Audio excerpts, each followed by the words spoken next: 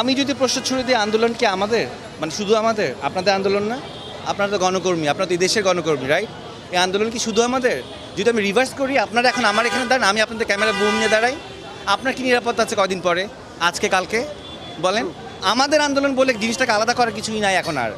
এখন শুধু একটা গোষ্ঠী ছাড়া, তুমি বলো নাহলে আমি বলি, এখন যে কোনো একটা গোষ্ঠী ছাড়া সমগ্র জাতির একটা, আপনি জিজ্ঞেস করেন ইন্ডিভিজুয়ালি, যদি সম্ভব হয় জিজ্ঞেস করেন, কেউ চায় না এই গভর্নমেন্টকে আর, কেউ চায় না। আপনি আপনার বাচ্চাকে রেখে বাইরে যাবেন, সেই নিরাপদ নয়। আপনি এই ঢাকা শহরে খেলার মাঠ নেই, বাচ্চারা ছাদে যেতে পারতেছে না, কেন পারতেছে না? হেলিকপ্টার দিয়ে গুলি করা হয়েছে। মিথ্যাইটা কয়টা সত্যকে আপনারা আড়াল করবেন?